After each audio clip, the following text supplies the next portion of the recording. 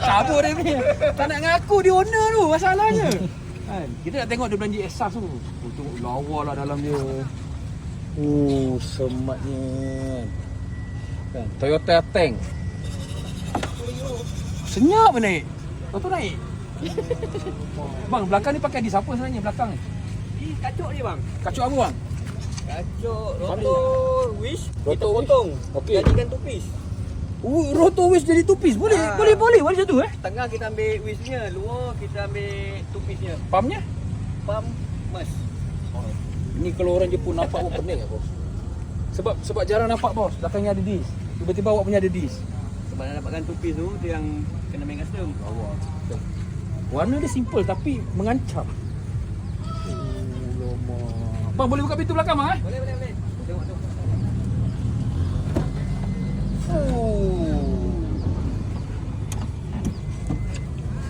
Lama. Nak beli Toyota Tank ni harga dah keras. Dijadikan macam ni lagi keras ni.